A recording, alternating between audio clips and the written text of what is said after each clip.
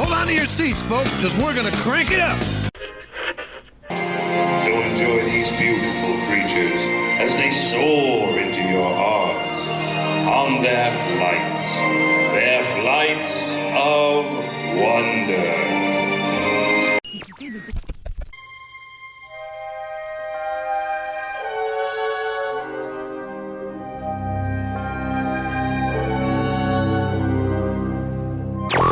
Tonight's story on the Twilight Zone is somewhat unique and calls for a different kind of introduction.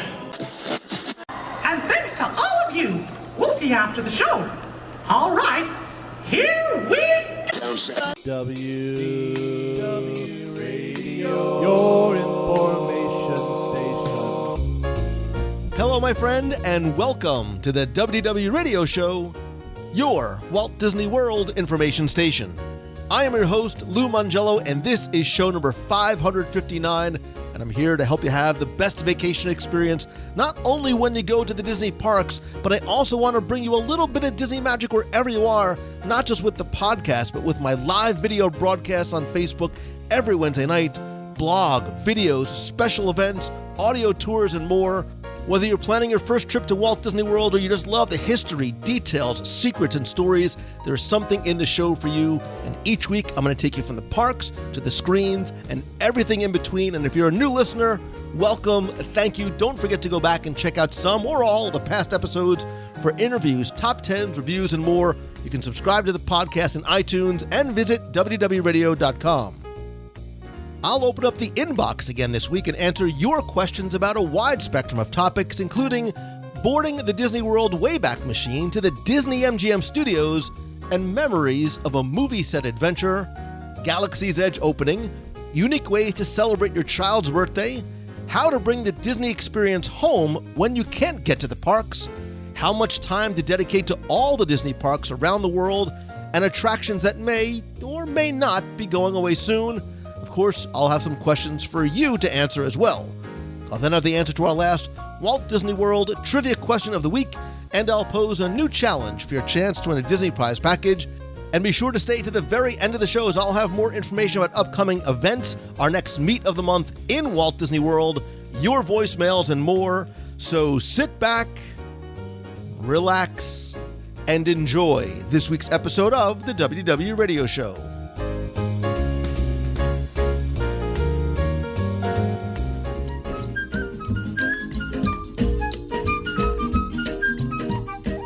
Since day one of the show, back in April-ish, 2005, it was called something else back then, don't worry about it, but my intent with the show has always been that it's not just for you, but something that is to be done with and by you as well. I don't want you to be a passive listener, and when the show is over, it's over.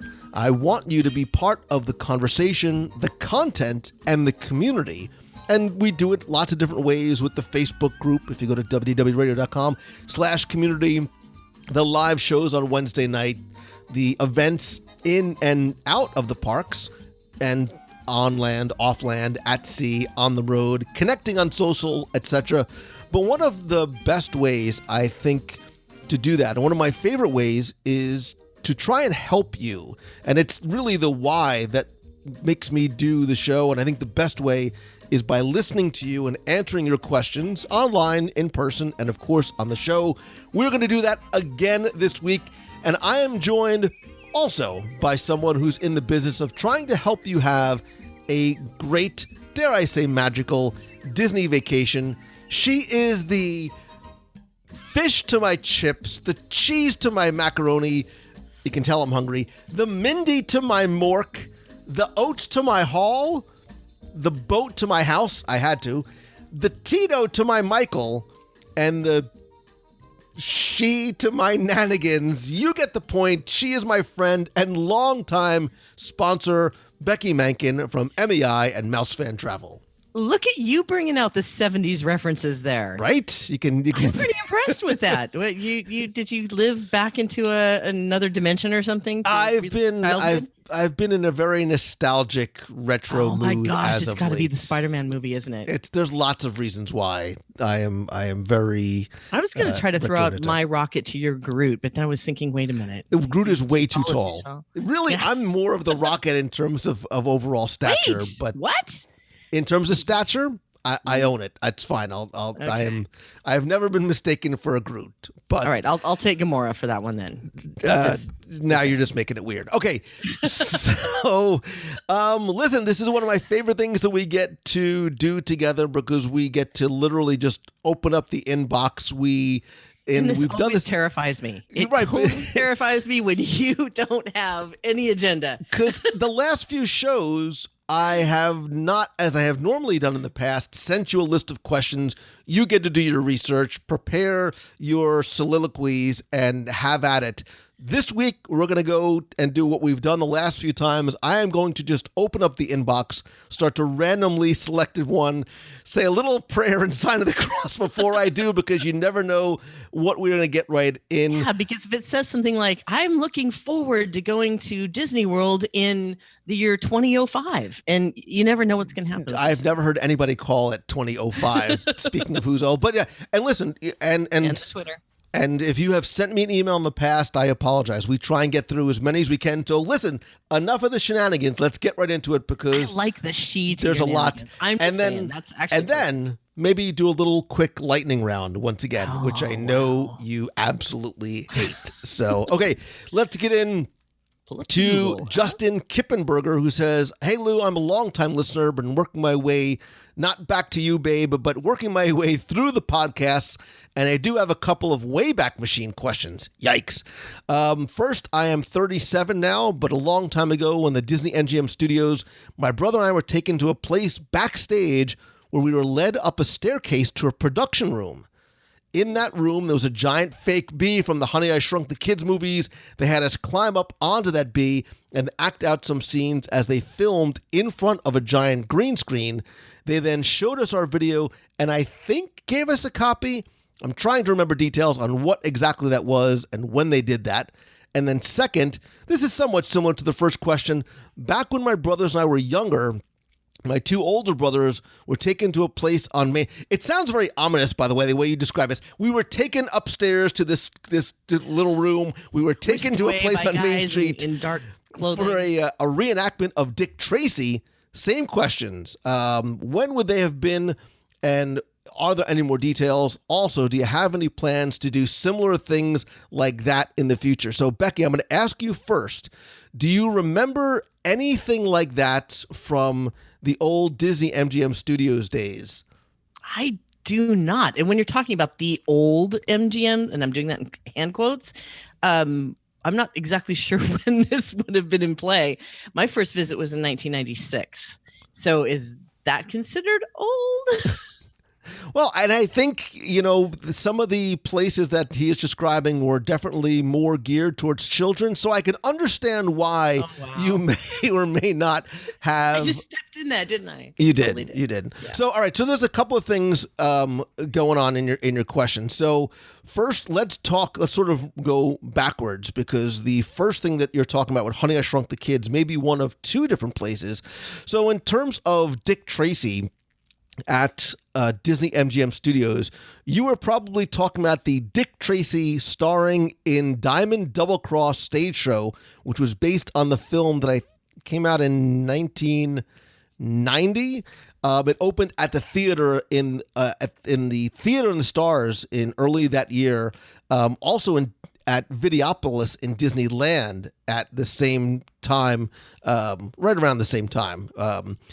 So a couple of things. The Dick Tracy film was, for Disney, going to be, in their minds, the next sort of big blockbuster franchise. It had all of the requisite elements, right? It had Warren Beatty, it had Madonna, it had, I forgot about that. Right? So it had all these big name stars. They put a lot of money into this film, and there were a lot of plans. And if you go back and listen to some of our earlier shows where we sort of went, well, I think the 30th anniversary of Disney MGM Studios, we might have talked about Dick Tracy at length there, but there were a lot of plans for this to be a bigger franchise and a bigger presence in the park. But here, this was more of a stage show that took place at the old Club Ritz nightclub, and Breathless Mahoney, who was Madonna, not in the parks, but who was portrayed by Madonna. And it was a very musical show. If you remember, there's the Calling Dick Tracy. You might hear it sometimes even in some old Disney MGM Studios background sounds and things like that. So a lot of different dance numbers and whatnot, but this is not a show that lasted very, very long. And in terms of Honey, I Shrunk the Kids, so there was the Honey, I Shrunk the Kids movie set adventure, which opened in December 1990 and actually was a very, very long, it ran for more than 25 years. This closed in, I want to say spring of 2016. Again, this was very much part of Michael Eisner's Disney decade that never maybe reached his full potential and ideation, but Honey, I Shrunk the Kids was meant to, again, be another one of those cornerstone franchises. And in Disney's Hollywood Studios, they had a movie set adventure that was outside. And if you remember, the idea was that you were shrunk down to the size of one of the kids in the film, and it was really a play area for kids. There were anthills and these giant ants. There was a spider web maze. I remember the giant canister of Kodak sponsored film. There was the dog nose that sprayed the cool mist, a water hose, and there were these giant, like 30 feet tall bumblebees and blades of grass in there as well. So it was a place for kids to sort of run around, expend some energy, and also feel as though that they were part of the movie. Okay. I do not remember that. I don't. I'm trying to go back in my brain. All I can think about now is the movie that I want to go back and see, because I haven't seen Dick Tracy in a long, long time. But it sounds like a fun place to hang out. I did not. And I'm just glad there wasn't a spider, was there? There were spider webs too. See, that's just disgusting and ew. It'd be a great place to do the Halloween thing, I guess, but no.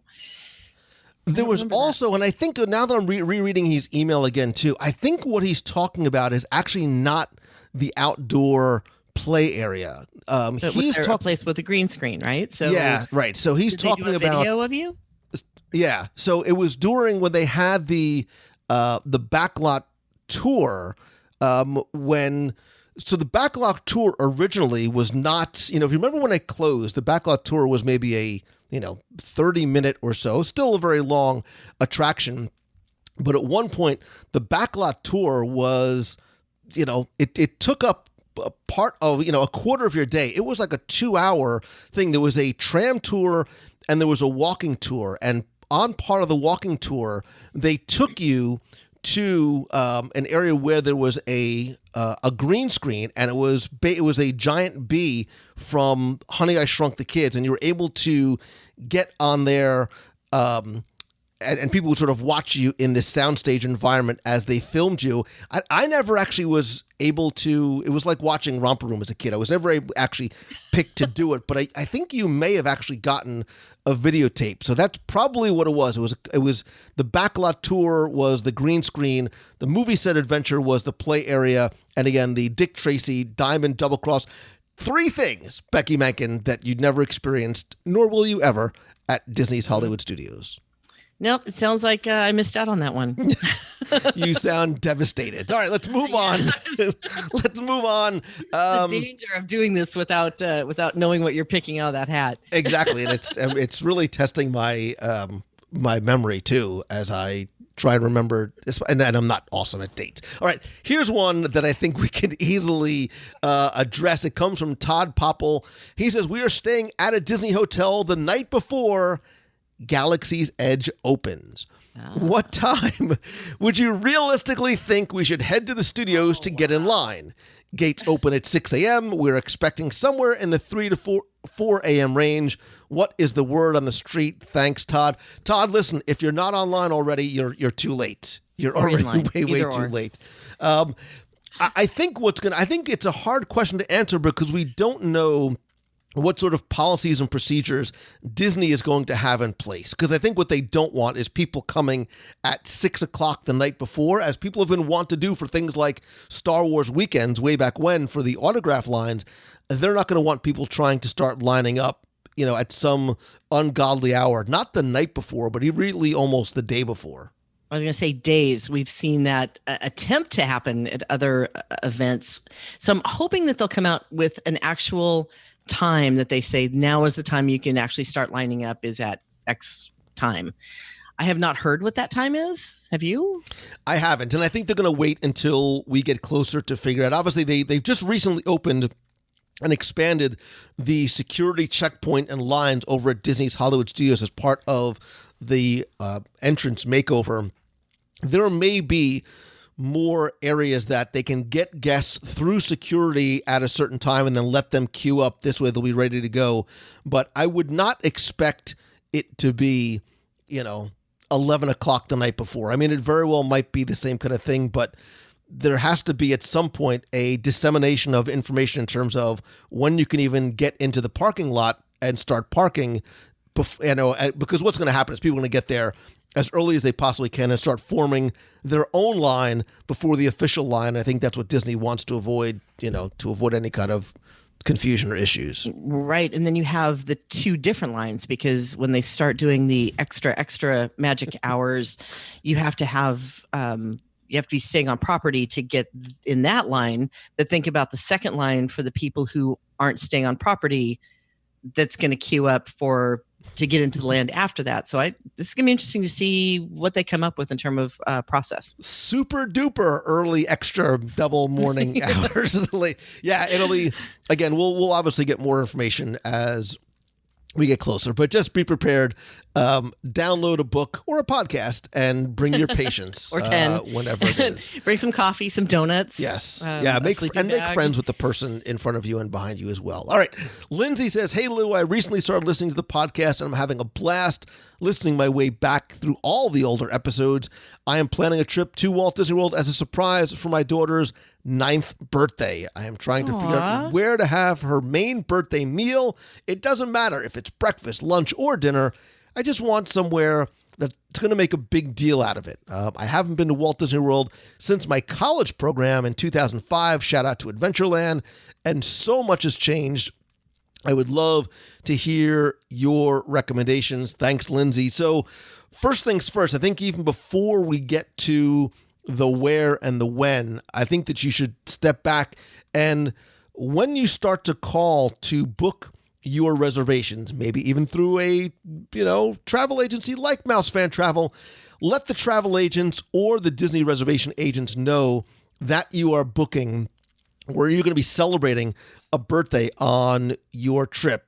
This way, especially if you're calling a restaurant, this way they could make notes in the reservation so the restaurant is aware. Not that it's a guarantee that they will do anything, but at least let them know ahead of time when you make your ADRs.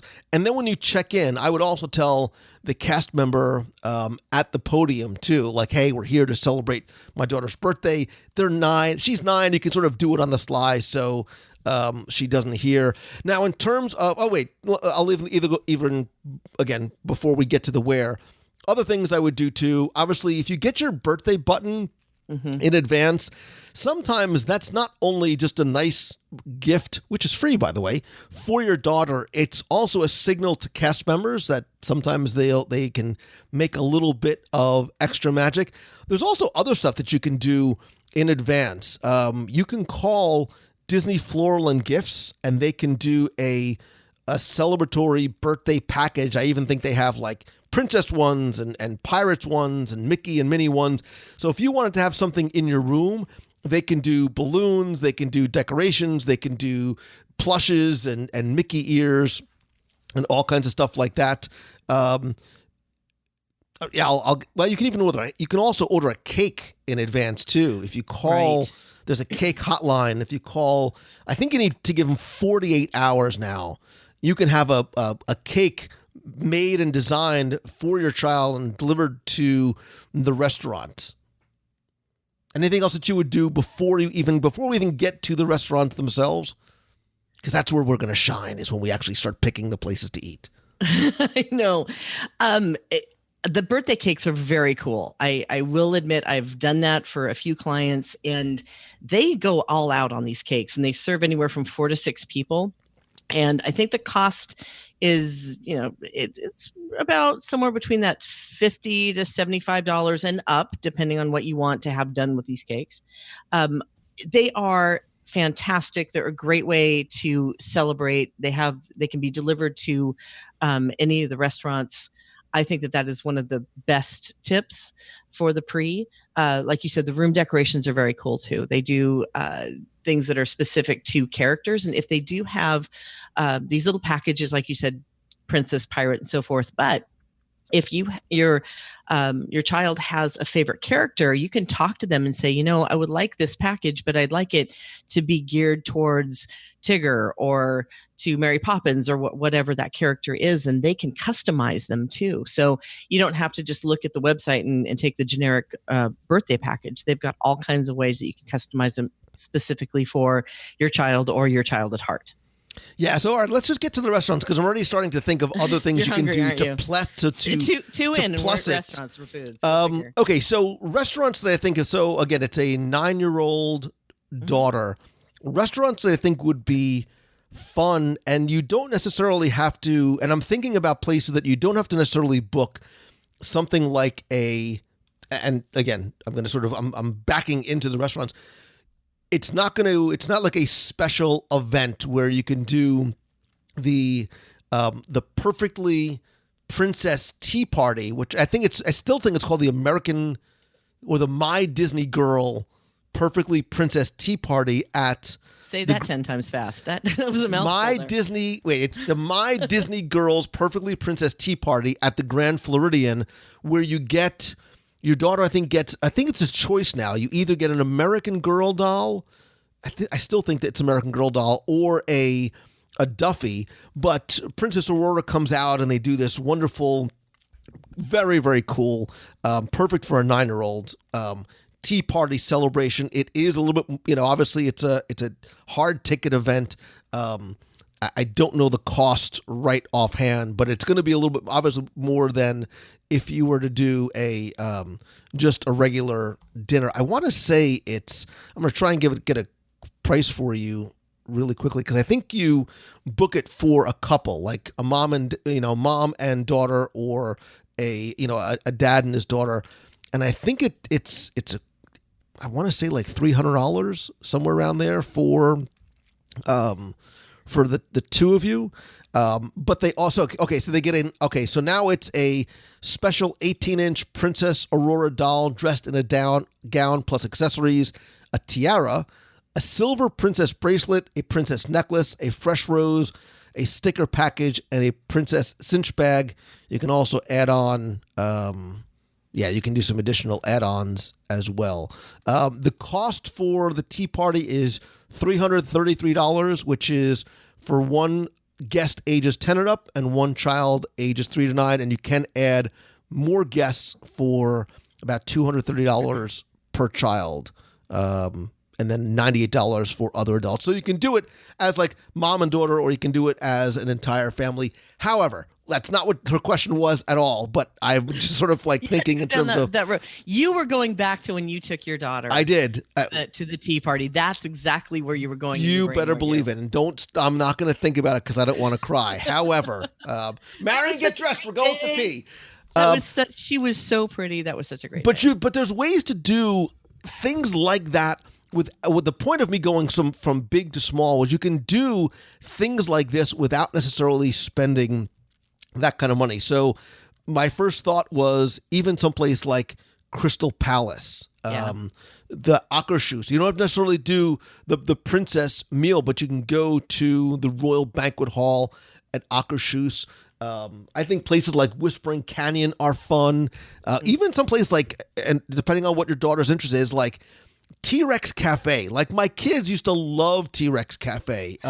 Prime time. Be Our Guest is perfect. You can do lunch at Be Our Guest. It's counter service. It's not incredibly expensive. She can dress like Belle. You can buy or bring your own little accessories and sort of give her princess breakfast, lunch, or dinner inside the Be Our Guest banquet hall. Yeah, you pretty much hit my entire list. I think I would also add, Cinderella's Royal Table. If she is in that, that's one of those really nice packages that isn't too expensive when you're comparing it to, the Tea Party. It is still kind of up there. Or you can also do the Bippity Boppity Boutique if that's something that she's still into, because she's 9. She may not be into princesses. Who knows what little girls are into now, because sometimes it's not all about glitter and gowns. Sometimes it is, but the 1900 Park Fair is also another great location that they might enjoy because of all the different characters that are available there too. So I don't think that Disney World is lacking in options for a great celebration. I think that you could take her birthday and turn it into a week worth of celebration, which any good little girl needs to, celebrate an entire week and sometimes a month of her birthday. So I think that there's a lot of great options. The characters are always such a great addition. You could even just, do the Bippity Boppity Boutique and then go to breakfast at one of the locations where the characters are available, or go into, have breakfast, like you said. Be Our Guest is also a really good option because of the feeling and the magic in that place, and then going and seeing Mickey afterwards. So there's so many great ways to celebrate at Disney. Oh, I'm starting to think. So I'm gonna assume, Lindsay, that your daughter is not listening. This is what depending on your time and your budget. You've now put it together in your brain, haven't you? You can sort of make a day out of it. Right? So if you the hardest ticket to get in show business is Cinderella's Royal Table for breakfast. Let's assume you're able to get that, or Be Our Guest for breakfast. So you're starting out and I'm making the assumption, forgive me, that we're thinking something princess wise. I'm looking through your email again. You didn't necessarily say princess, but I'm thinking 9-year-old. Well, I'm thinking my daughter. So let's sort of theme it to princess. You can extrapolate this to whatever sort of theme that you want. Start off with Be Our Guest or Cinderella's Royal Table. You can, if you want to do Bibbidi Bobbidi Boutique, either in the morning or later on the day, you can do that. You can also sort of punctuate and bookend the day and the night, right, by maybe doing something like a dessert party. So almost make her feel like she's having her own birthday party. So if you're in Magic Kingdom, you can stay for a happily ever after dessert party in Tomorrowland. If she's a Frozen person, you can go to Epcot and do the Frozen themed dessert party. Or if she's a Star Wars nerd, raise your lightsabers high, yo. You can do a Star Wars galactic night, a galactic spectacular at Disney's Hollywood Studios. There's something for everybody. Like you said, if she's not into princesses, there's definitely something there. And then if she's into the other characters that are over at Animal Kingdom, you also have Tusker House over there. So I think it really comes down to the preference of what her favorite Disney characters are, and you can build an entire day around that. That was Lindsay's most expensive email ever that she's ever sent. And again, money was no option. How would you start from 7 a.m.? The point is, you can scale those up or down depending on how you want to do it. You can, there were a lot of times that we would come down, especially when we lived in New Jersey, that if I wanted to do something special for my kids and not want to, buy everything in the park, sometimes you go to, especially now, Target and Walmart have so many things that you can get and bring with you to sort of sprinkle throughout your day, depending on how it is that you want to celebrate too. So it doesn't have to be, no.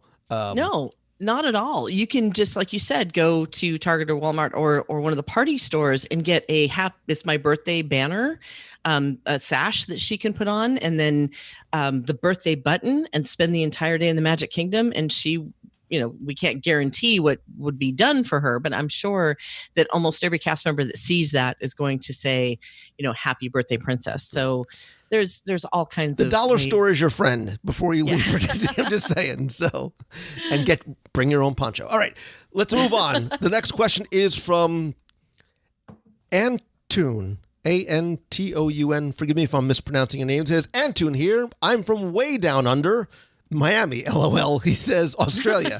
My partner and I are big fans of yours and your WDW Radio podcast. Australia is a beautiful country and a great place to live, and lots of kids grew up here on the classic Disney movies along with the newer ones. The only problem we have down here, in my opinion, is we don't have a single dedicated Disney store countrywide, not many places to buy memorabilia, nowhere to enjoy any Disney-themed entertainment. Why do you live there? Hence, no real opportunity to be able to take it all in and get that fixed. I'm kidding, of course. Particularly for adults who grew up watching the classic films and want nothing more than to jump into our TV set. It certainly doesn't make it easy to fill the Disney void in our lives. We've traveled to the U.S. multiple times and even France just to visit the parks. We love to immerse ourselves in all things Disney, but being so far away from the parks certainly doesn't make it easy to jump on the nostalgia bus all the way down Main Street a couple of times a year. So do you have any tips for us Aussies who love Disney and love to dream, but have very limited opportunities and options besides a trip to the United States? So I dig this question, Becky, because I think this is another one of those that's not necessarily specific to him nor specific to Australia. There are a lot of places that are very, very far from Disney theme parks, and sometimes you can't get there as often as you would like, nor maybe do you have a Disney store or even, friends around you that are, into Disney the same way. So really the question is, if you can't get to Disney as often as you like, and maybe you can't even look, I remember being in Jersey, going to the Disney store, like you almost had to just go and get your fix. What are some of the different ways you can do it? And I think this is interesting because even if you live domestically, like I'm starting to think of ways to connect yourself to the Disney experience. So, and I'll start the ball rolling with the low-hanging fruit. Podcasts are very easy, podcasts. Let's go back for a second. If you listen to our show last week where we talked about some of the rumored Disney parks, there was a rumor for a long time of Disney building a theme park down under. It is one that comes up every so often again with rumors of land purchases and impending announcements. I sometimes wonder if it's real estate developers who are doing that to try and sell property in the area surrounding. I don't know that I necessarily see or foresee a Disney park ever coming to Australia, but there are ways to bring it to you. Look, it's the purpose of me doing this podcast, right? I want to be a conduit for you to the Disney park experience. It's why I used to do and still love what Tim does over at Celebrations Magazine in terms of getting content that will feed or fuel your Disney love and your Disney obsession. So for the WDW Radio Nation, one of the things I do every month are send scavenger hunts, which even if you can't get to the parks, the idea in my mind is that it might be something you can try and do virtually, either by searching for photos online or going through your own photos or going through your own memories. But I think, and Becky, I want to give you there's a lot of different creative and fun ways to do it, both online and offline. There's a ton. And I was just thinking, first thing that hit my head is, what time is it in Australia on Wednesdays at 7:30 p.m. And that's one of the neat things about this Disney community. And I'm going to call it the Disney fan community. I know that you hate the word fan. I kind of like it, but okay. Is it the connection that people create in their own local locations? whether it be going to WDW radio on Wednesdays and chatting with each other and listening to you talk about Disney, which, I'm up here in Seattle. I'm 2.5 hours away from by flight to Disneyland, but I don't always get to take advantage of that. And I do need my Disney fix every week. And that's one of the ways that I get it. Not just planning vacations for people, but being able to connect to the community and the like-minded people who love Disney as much as I do. And the moment that you throw out something that could be somewhat controversial and listening to different people's opinions of what they're going to miss or not miss, or what they're excited about coming, that's what kind of connects me to the Disney fan experience, is talking with and conversing with and chatting with other fans. So all of the social kind of gives you that experience too, between going on Facebook and seeing somebody's post and then having conversations there, or maybe you should consider doing a live show for the Aussie time period every month. But they're like 2 days ahead or 3 days back, or so. I don't know what the time difference is back there, right? You could do that for different global time periods. We could do one just for the UK. We could do one just for the Aussies. You'll never get any sleep, but that's okay, right? It's Disney. But there are so many ways that locally, if you or within throwing something, a hot dog at each other time periods, if you can get together. I know that a lot of these local fan groups that have blossomed into larger experiences come from a couple of people connecting online and then getting together to talk about Disney over a meal, which all of a sudden turns into 40 people who are all getting together and trading pins, which then turns into something larger. And it doesn't necessarily have to be 400 people in a ballroom to talk about Disney. It can be 10 people around, for me, with an alcoholic beverage is always good. But she can sit around the table. Insert sound of Lou putting head in hands. Go ahead. Exactly, and have these just connecting with each other over this love for this thing that we all have.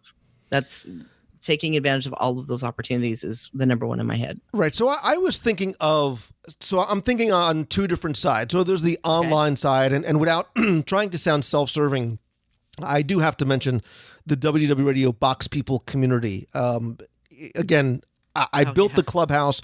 You are the ones who populated, but I still have never seen a community of strangers who instantly become friends, who are so warm and so welcoming and so genuinely caring about one another. If you go to wdwradio.com/community, I personally invite you to come and be part of the group and as active as you want to be, whether it's sharing or just consuming.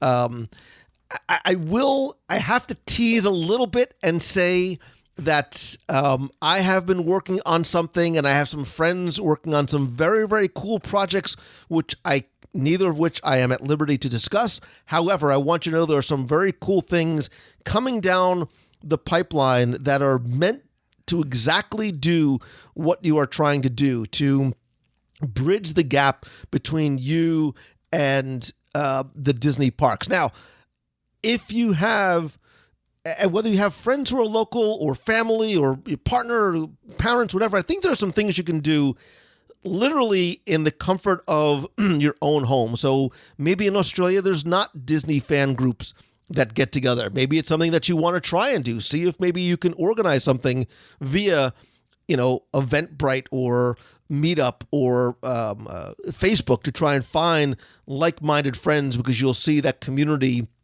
can grow from just a few people getting together to something larger. You can do something as simple as Disney Game Night. You can theme the food and the decor. From what I understand, the new Disney Villains game, it's sort of like a role-playing game. It's supposed to be a lot of fun, like a simplified, and forgive me, I've never played it before, but I'm thinking sort of a simplified, role-playing Dungeons and Dragons type game. You can do Disney movie marathons, go Trivia back nights. Especially when Disney Plus comes out, like you'll be able to go back and watch movies by theme, by chronology. You can randomly, put all the Disney names into a first fishbowl, virtual or otherwise, and randomly pick one. And if it's The Cat from Outer Space, man, that's the movie that you're watching that night. YouTube has an amazing repository of vintage videos. Whether they should be there or not is a separate conversation. However, Disney used to put out so many cool vacation planning videos and sing-along songs and all these kind of cool things. They used to do like a lot of TV specials, like 1-2 hour TV specials, a lot of which you can find on YouTube. I think you can build it. What I mean by that is whether it's you can build the Death Star, Cinderella Castle, like grab Legos and build on your own. The little Metal Earth collections, there's probably, 30, 40 different ones now. They're little sheets of metal that are cut. They're sort of laser cut, and you pop them out and you bend them and fold them according to instructions, and you can build everything from Cinderella's coach to her castle to the Haunted Mansion to ride vehicle. Like, they're really, really cool. I have neither the dexterity nor the patience nor the time to do it.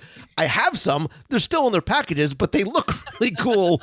Or even try and recreate Disney recipes at home. I mean, depending on how much time and creativity you want to invest, I think there's a lot of different ways to get those little Disney touches at home or at work, however and wherever you want to do it.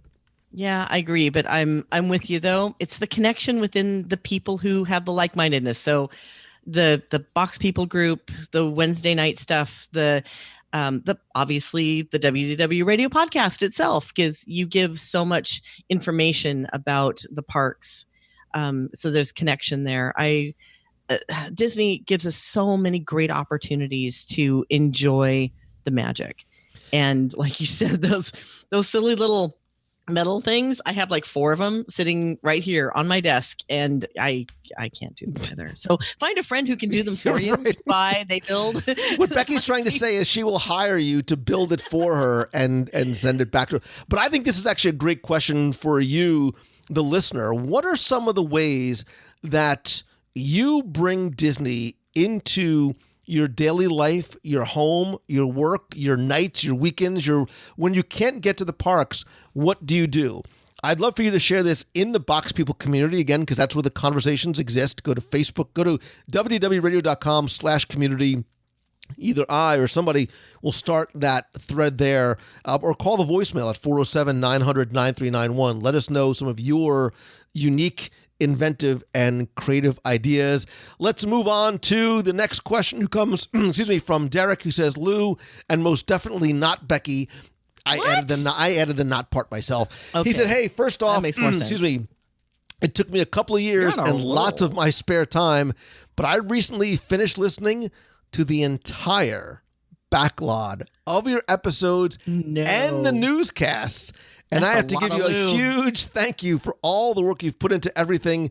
Derek's going to need a lot of therapy very soon. Anyway, not only is your attitude infectious, but as an audio engineer, your commitment to production quality is amazing. Thank you. I don't want to read any more. That's perfect. Good night, everybody. That's the end of the show.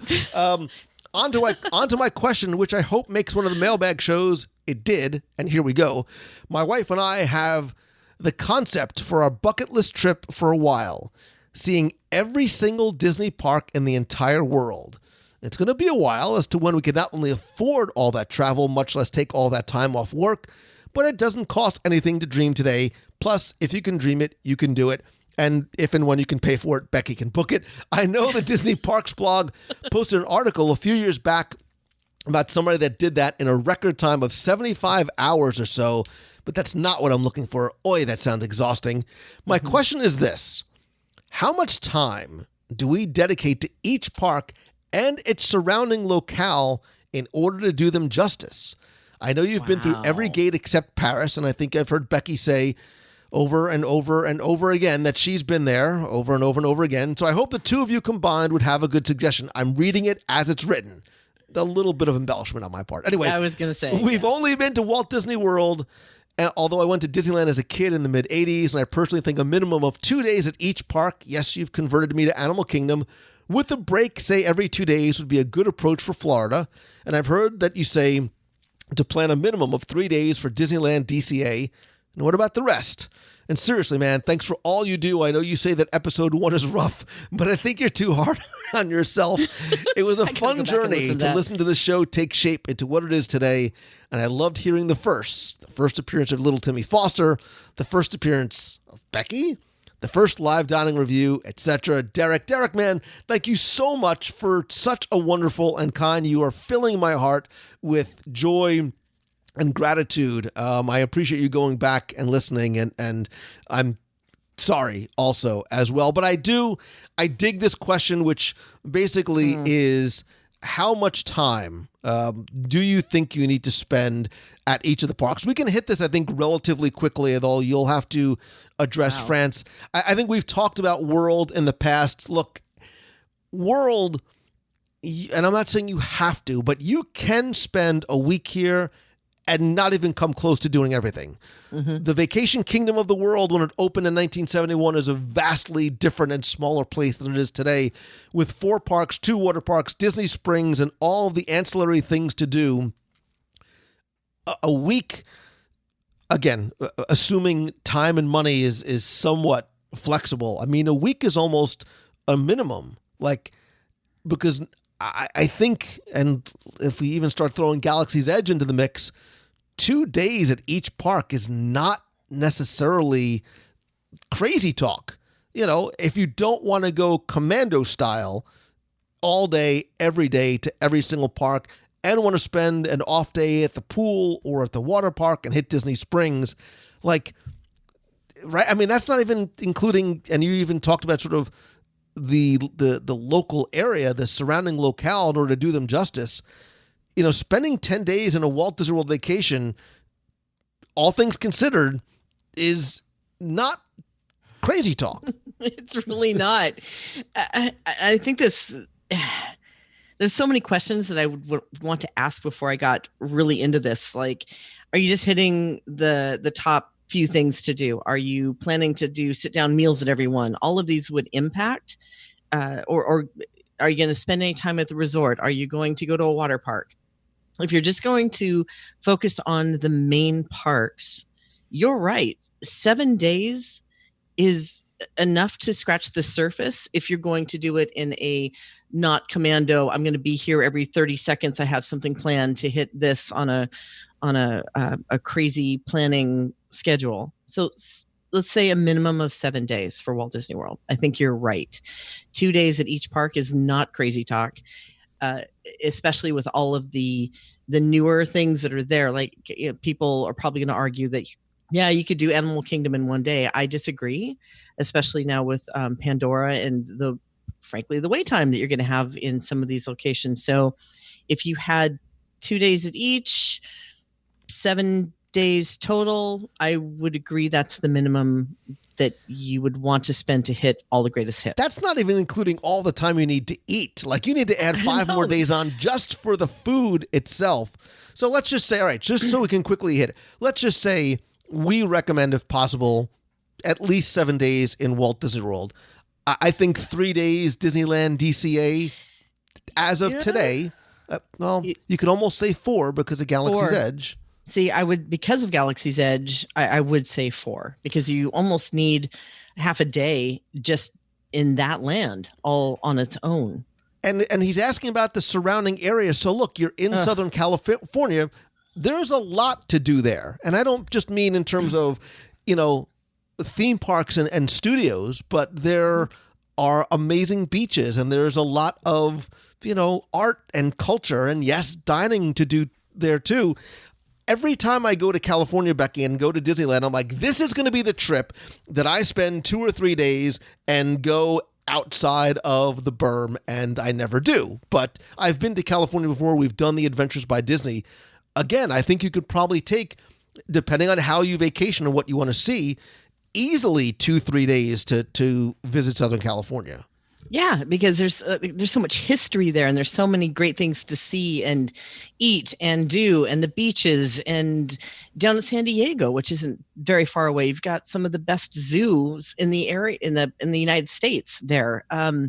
But the same could also be said for Walt Disney World, because you do have Kennedy Space Center that's not very far away from that scenario. So you could actually add there if you were interested in those extras. And the beaches. Yeah. And as long as you're here, you might as well hop on a cruise. Sure. And you can't do less than 3 days, so there's another 4 days. Yeah. All right. So I would say for me, I'm going for DLR for 4 days, in my opinion. I think at the minimum. And I think the overseas parks offer a unique, and we can almost sort of, and the more I think this out loud, we can almost sort of wrap these in together, because look, you're visiting Shanghai, Paris, and Tokyo, 3 of the most beautiful, important, largest, culturally, amazing cities on the planet.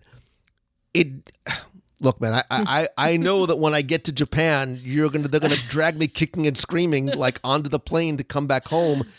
China was amazing. I'm sure I've been to France as a kid. I mean, you can spend days in Paris and never see it all. I think this is where you do have to start thinking about the realities of your time and your budget and just how long you want to spend in the Disney parks, and in addition or in lieu of spending time as a tourist going to, these amazing surrounding cities. Yeah. I don't even know where to start. From the amount of time that we had in Hong Kong in Hong Kong and Shanghai, I wanted more time. We got to see a lot. I mean, we even had Adventure by Disney guides leading us around and taking us to different places, and we had time before and after, and it still didn't seem like enough time, right? So Hong Kong, I think, because it is a smaller park, you could probably do that in, dare I say, 3 days if you want to see the surrounding area. If you just want to go to the park, that's one thing. But remember, going out or going to see Hong Kong itself is an entire day on its own. Easy. Easy. Yeah. And I saying a day to Hong Kong, I almost feel like you're doing it a disservice and an injustice, because it's Hong Kong. I mean, I'm trying to work on the minimum that you could get away with and still feel like you've seen it. That's there's no blanket answer, right? I was like, okay, well, the minimum is 3 days, right? You need to sort of, be able to spend time and enjoy the city as well as all the touristy things you need to see. That probably isn't enough. This is probably the least helpful answer ever, but it's hard. I think the point is that it really does depend on you and how you vacation, what you want to see. And I think going in with the understanding that you will never be able to see and do it all. I think sometimes you visit these cities to almost test the waters and whet your appetite, and then say, okay, is this a city, is this a country that I want to go back to again and spend more time going to visit? That's how I felt with Japan. We're going back, yay, in just a couple of months. My brains are falling out of my head. I cannot wait to do it. But all right, we have to move on. Kyle Burkhalter from Ellicott City, Maryland says, hey, Becky and Lou. No, I'm sorry. That was backwards. Hey, Lou if and that Becky. actually says that, I need you to actually take a picture of that. And my family and I get to Walt Disney World about once a year. We are disappointed we missed our opportunity to ride Ellen's Energy Adventure and the Great Movie Ride one last time before they closed. It seemed like the announcements for the attraction closers don't give us much of a heads up sometimes. We have a 4-year-old and 1-year-old, and I know the 4-year-old already is getting on Becky's. No, I'm sorry. Has some favorites that we are worried might go away. Figment Grand Fiesta Tour. Do we have any information or intuition about what attractions throughout the parks might be in danger of going away soon? Thanks for everything. So, Kyle, first and foremost, I am not one to talk about rumors or spin rumors. I know nothing, but I decided as I was reading to continue with this because I think it's fun to speculate on attractions that are present now that we think might not be long for this world. Now, we know, obviously, Epcot is in the midst or in the beginning phases of what is going to be a transformation. And I expect that in a couple of months, when D23 Expo comes, we are going to get a lot more detail just in terms of how the transformation, evolution, and expansion of that park is going to change. We already know what's coming. We in terms of attractions like Tron and Runaway Railway. But Becky, are there any attractions currently that you think might not be long for this world? And if this was your next, if you're coming to visit soon and it was your last trip for a year, 2 years, insert number here, what do you think that they should go on their potential last ride for? And this is, again, we're not saying that these are rumors or things that we think or know. It's just a fun exercise in thinking this one might not be around forever. Oh my! You're gonna throw that at me first. No, I'll go first because I think if you have not ridden Journey into Your Imagination and you love it in its current incarnation, you better stop what you're doing and get online, because I have to believe that when announcements come for changes to Epcot, the first one to change, you know what I mean, is going to be Journey into Imagination. That the handwriting has been on the wall for years, and the reason why it sits very much a shell of what it once was, not just the attraction, but the post-show experience, is because they are getting to make the announcement, close that building down, and I will have to assume that's going to affect the Disney Vacation Club lounge upstairs as well. They will shutter that building and make what I think is going to be a massive change. Will it be Bing Bong's emotional roller coaster? I don't know. I just like saying it because it's fun. It's fun to say. You're right. That is the one that should have come to my brain right away. But I'm just kind of working my way through the entire area. And let's go park by park. Go Magic Kingdom, Epcot, Studios. Well, really quick, let's stick with Epcot for a second, because we do know that they have made some official announcements of some of the things that are going to close, whether temporarily or not, for the new stuff that's coming. And I'm with you. I can't wait for D23 Expo, because I think we're going to, just like last 2 years ago, it seems like it was like a few months ago, but it wasn't, when they were doing the parks presentation, and the things that they were announcing got us so excited for what was coming next, knowing that we were going to lose some things along the way. But here it is. The things have opened. We are so excited about it now. So it's like the focus to what's next. I'm more excited about what's coming than what's going away. However, I will say, when they said that they're going to close Starbucks for a little while, I did get a little concerned because sometimes you do need your triple latte mochaccino frappuccino thingy just to keep yourself going in the park.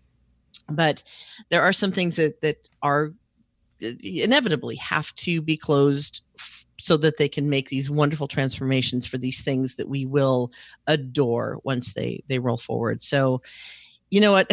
Here's the thing for me, and no one's going to share this opinion, but probably my least favorite thing that I won't miss if it does ever go away, which it won't now because it is so new. I'm still just not a fan of Mission Space. FYI. So I'm just not. So what is it? Is it the enclosure? Is it? It's the lack of Gary Sinise, isn't it? You know, when Gary went away, my entire world just, fell apart. No, I'm not. I love attractions and I love rides and I love exhilaration. I don't like centrifuges, I've learned. So for some reason, I cannot even tell you the last time I was on that attraction. So it wouldn't break my heart if that turned into something even more amazing than the technology was when it opened some odd years ago. I love me some Gary Sinise for a lot of different reasons. Like I like him. However, the fact that I'm going to make a Firefly reference. The fact that Gina Torres from Firefly is the new host does play to my Your Firefly obsession. I do. I have to get on it. I'm telling you, you can buy it. I think you can buy it on Amazon Prime now for like $5 for the whole run of the show, which was 15 episodes. It's awesome. All right. I'm calling in sick and apparently doing Firefly. Calling in sick to what? The room next door to your the room in your house? All right. Other attractions. Let's quickly sort of think about other attractions that we think are possibly not long for this world. I won't even go necessarily park. I'll just sort of jump around because the Voyage of the Little Mermaid at Disney's Hollywood Studios, I have to believe is the death knell has sounded. Launch Bay is obviously going to go away as we approach the or Launch Bay, I think in its current incarnation, is going to change. I would not be surprised if we get an update to Fantasmic or potentially a new show altogether. I think that show has been sort of cobbled back together over the years in waiting for a major refurbishment or a major overhaul in terms of the actual show itself. People have asked for years, and again, I know nothing. This is not a rumor, but Indiana Jones Epic Stunt Spectacular. Yeah, it's a huge venue. It's a lot of space. It's also a people eater. Like, you still go, and it still packs the house. And now with discussions of an additional indie movie coming, does it stay the way it is, or does it potentially get updated to refresh as part of the franchise? I will hold off on my speculation there. And over at Disney's Animal Kingdom, my little gut is telling me that park is not done in terms of its expansion as yet. What I would speculate that might change is the conservation station affection section area. I think there's a lot of potential for that space. While I do believe and I applaud the fact that the focus and the message and the mission of Animal Kingdom still remains there in terms of educating people about animal care and conservation, it would not necessarily surprise me because of where it is and the space it occupies, being able to do something different there. I'm giving you the I don't know face, but I would not necessarily be surprised. Okay. Two that I'm going to throw out really quickly before I move on to Hollywood Studios. For Magic Kingdom, I was not disappointed when they started shutting down Stitch's Great Escape. That was another one that I feel is an area that it's temporarily closed now, or at least that's how it's termed. I know that they've opened it here and there. It's history like the Aztecs, man. It's done. Oh, is it? Is it good? And okay, excellent. So I'm happy with that. All right. Again, controversial. Monsters Inc. laugh floor. It's just not I know it's great it's good for the kids and the small families in that area. Becky's I get it. She's just tearing it, just ripping it off. Becky wants to replace the Monsters Inc. laugh floor with a lounge. So, well, no. Again, it's just a space where they could at least upgrade it or do something different with it. So that's my thoughts there. Over at Animal Kingdom, again, from the venue, you can't really change the venue, but I'm not a big fan. This is just turning into the rides that I don't typically go on because I'm not a fan of them, rather than them going away. I can see what's happening here. You're trying to get me in a corner. That's okay. We're not calling it. They're not changing it to Becky World. They still want it to be Disney World, so they're going to have to let kids in somewhere. Oh, it could be Luland. Oh, isn't that special? Where everything would be Spider-Man and Star Wars, apparently. More Spider-Man, a lot less Star Wars, but that's a separate conversation. The one there it's obviously changing in Disneyland, but Tough to Be a Bug might need some updating or some changes, in my opinion. It's not something that I go see every time. Do you? No, but I want to sing the We're Pollinators song because it's resonating in my head right now. All right. See, that was that ride was much like way back when with the alien encounter where, they're holding you in and something's licking your neck, which just was so wrong on so many levels. The Tough to Be a Bug where you've got spiders coming at you from the ceiling and there are things that are crawling underneath Just your so you know, back end. Becky, I want you to know that the psychiatrists in the audience are having a field day with you right now. Yes, spiders not good in my world, and neither is small enclosed spaces.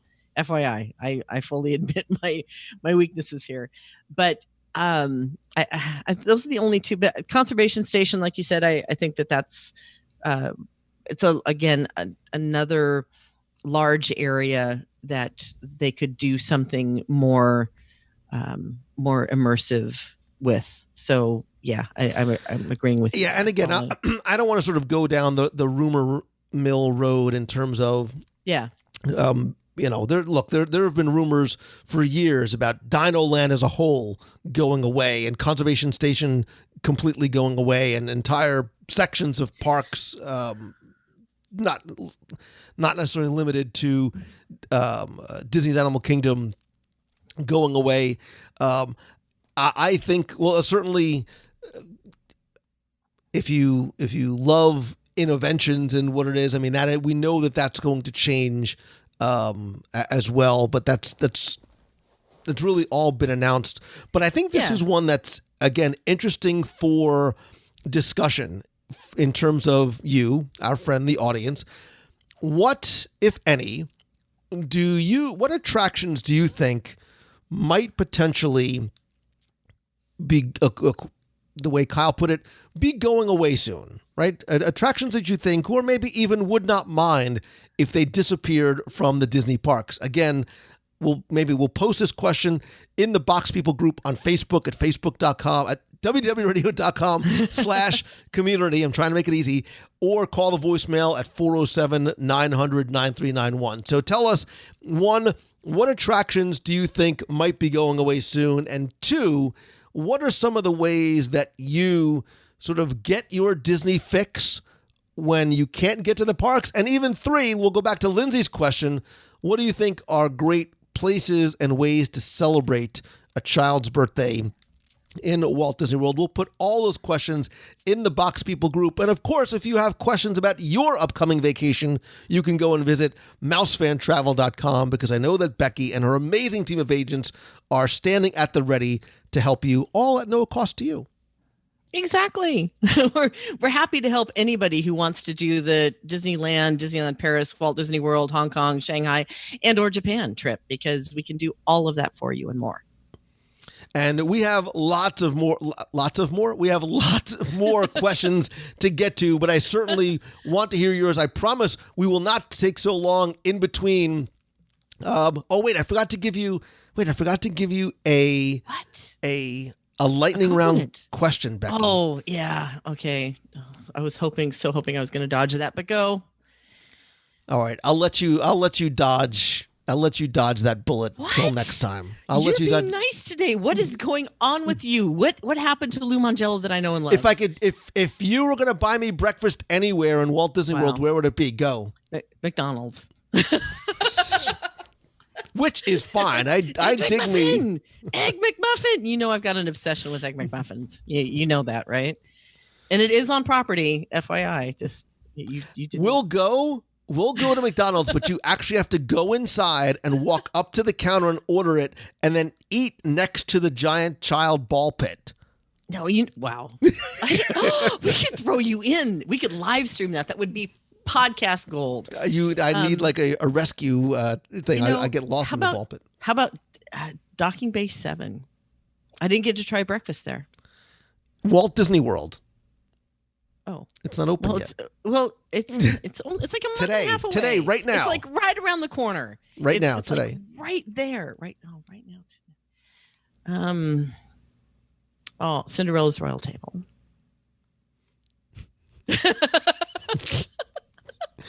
It's funny because I know that's not her answer. It would be so fun to watch you go to Cinderella's Royal Table. I would do it. Listen, I would do it in a heartbeat. See, that's what we need to do. We need to go and do a live review at a character meal. Which is fine, but you can't. Never mind. As long as they serve mimosas, I'm good. Becky wants a character meal. No, I know the one I want to try because I keep hearing about it and you posted about it is the brunch at Arts. It's so good. Oy vey, it's so good. Everybody who's gone has just raved about that. So if you have not been to brunch at Art Smith's Homecoming, get on it. That is a good time right there. What set it apart from other brunches and other experiences? Chicken. Chicken. That's it. It's a brunch of chicken. It is. It's a brunch of chicken, but it's phenomenal. Look, we talk about comfort food. It is right. Like we just went last weekend and had a wonderful brunch. Chicken and those maple bacon donuts. What? Good Gandhi, man. Like what? Yeah, and you'll like it. They have all kinds of mimosas and stuff like that too. But I prefer to eat my calories. So basically, we need to schedule our semi-annual update meeting, the all-day one. So we go to brunch at Chef Arts, and then we move to Boathouse. It's so you can't do them both on the same day because the brunch is going to sort of that'll fill you up for. It'll fill you up for a few hours. It'll fill me up for like 20 minutes. But so you don't want to. Have you met you? Yes, you don't want to cross those streams. But that's a nice weekend right there. Brunch. Right, so now we have to add brunch to our list. And do you see why? To the person that emailed earlier, do you see why you need an additional 5 days at Disney World? I just got you 2 more restaurants to go to. There's like a day of just going to Disney Springs now. That has turned into. That's kind of my life. That's where I'm going tonight. So. Shocker. Art Smith, I'm coming for you, brother. Oh, you're cheating on Boathouse now. We have an open relationship. Don't tell Chef that. I'm so scared.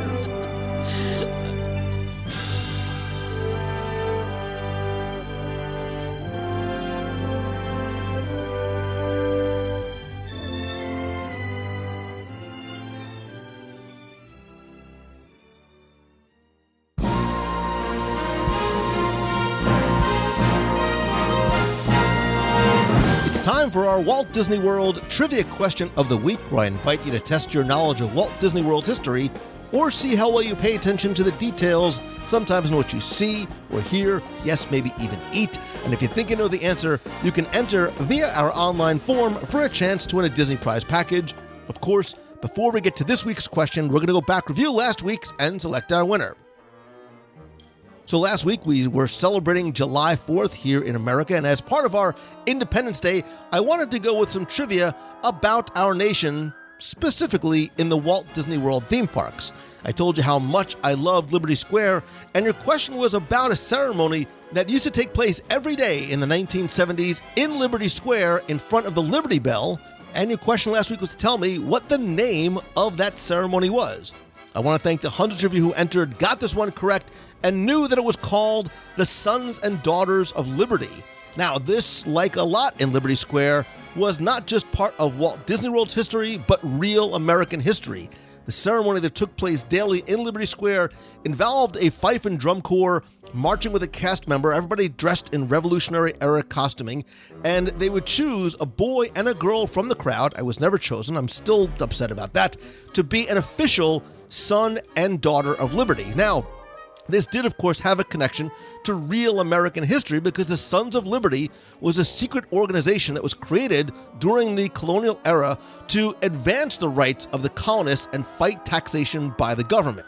Now, unfortunately, that ceremony does not take place anymore in Liberty Square, but if you have a copy or can find one online, an old video called The Magic of Walt Disney World did show a section of that ceremony that used to take place, as well as the beautiful Revolutionary-era costumes that cast members wore. Anyway, I want to thank again all of you who entered. I randomly selected one entry.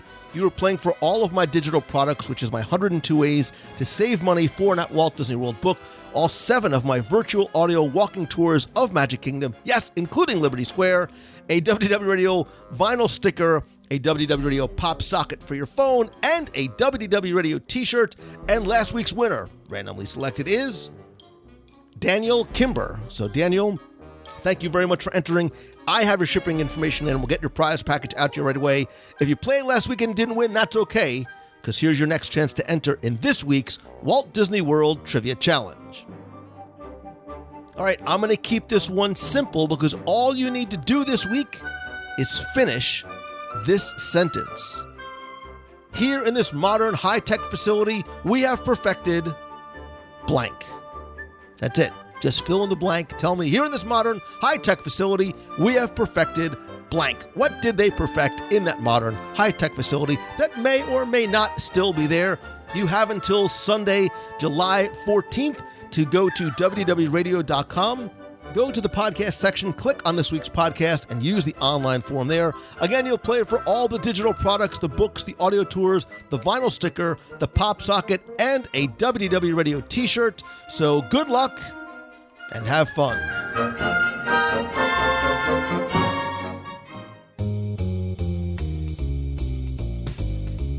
That's going to do it for this week's show. Thank you so very much for taking the time to tune in this and every week. And don't forget that I want you to be part of the show, the community, and the conversation. Come by and join our Facebook group over at wdwradio.com/community. And as an extension of that, I want to thank and welcome and invite you to be part of our WDW Radio Nation family.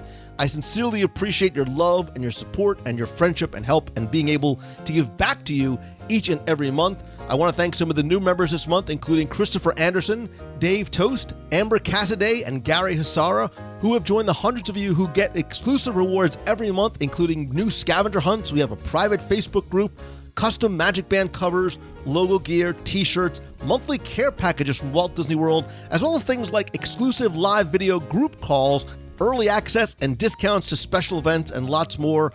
And don't forget that a portion of your contribution to the WDW Radio Nation goes directly to the Make-A-Wish Foundation of America. To find out more, visit wdwradio.com/support. And continuing with the idea of community and conversation, you can also connect with me on social. I am at Lou Mangello on Facebook, Instagram, Pinterest, and LinkedIn. Much like this week's show, I'd love to hear from you. So if you have a question you want me to answer, you can email me, lou@wdwradio.com, or call the voicemail at 407-900-9391. And of course, you know that as much as I love connecting with you online, nothing beats a handshake and a hug. It's why for more than 11 years, I've done monthly meetups in Walt Disney World. Our next meet of the month for July is going to be one of my favorite things we do every year. It's our annual day at a Disney water park. It's going to be Saturday, July 27th at Typhoon Lagoon. We will meet in the morning, make camp somewhere, and spend the day with some fun and some sun and probably a lot of food. To find out more, I'll share additional details as we get closer. You can visit our events page by going to wdwradio.com/events. There you'll not only find out about meets of the month, but our group cruises. We still have some availability for our cruise out of New Orleans in February 2020, as well as a few announcements that I have up my sleeve that are coming very, very soon. I'm also planning some additional meetups over the next few months as I travel to speak.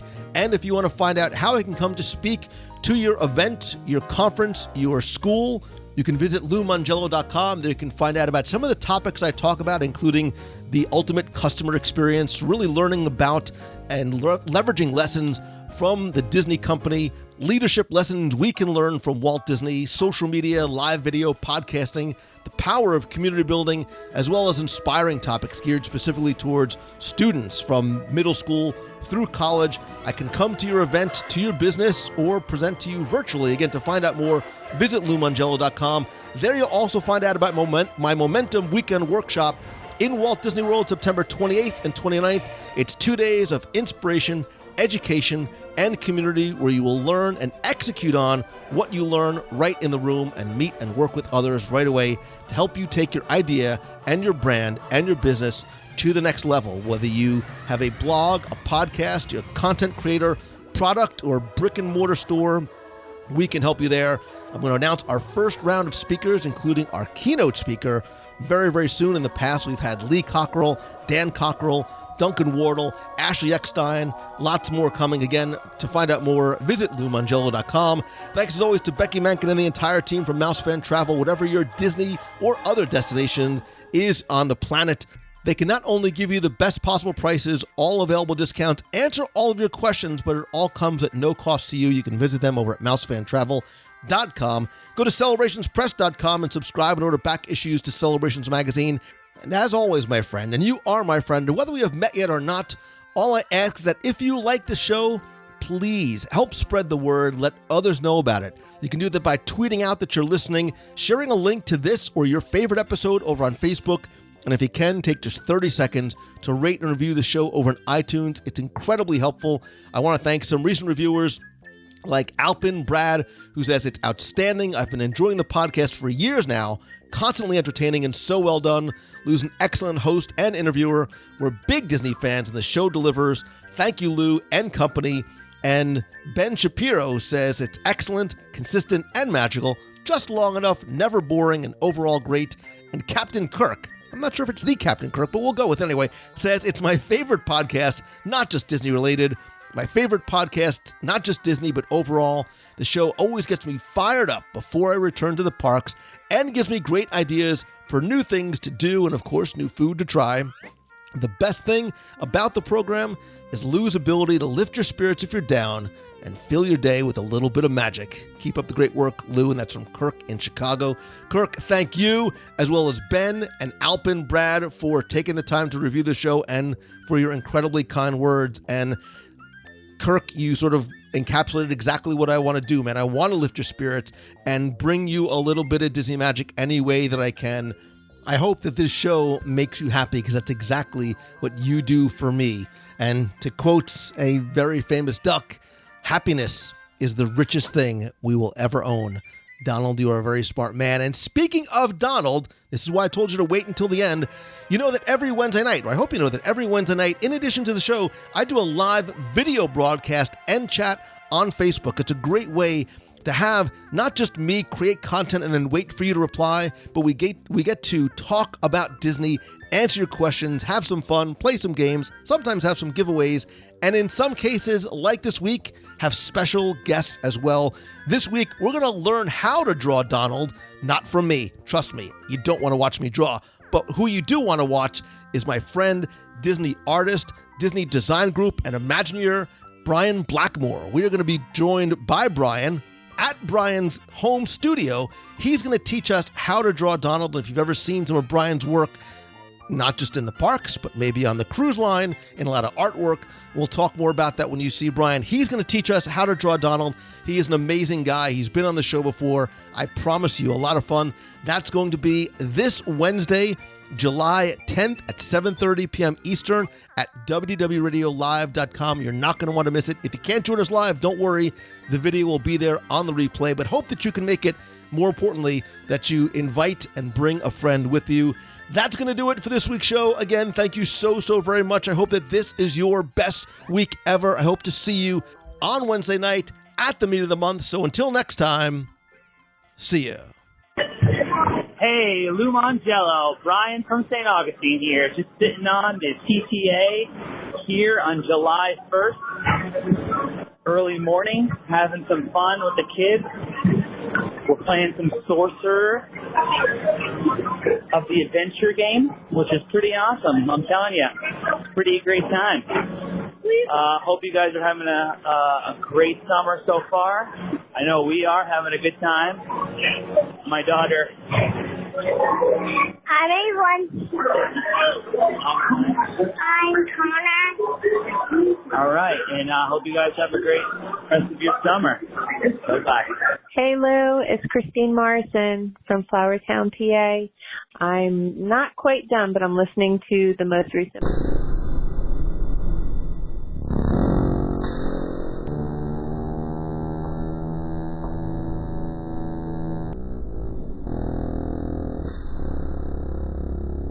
week, everyone. Make somebody smile, and I'll see you Wednesday night.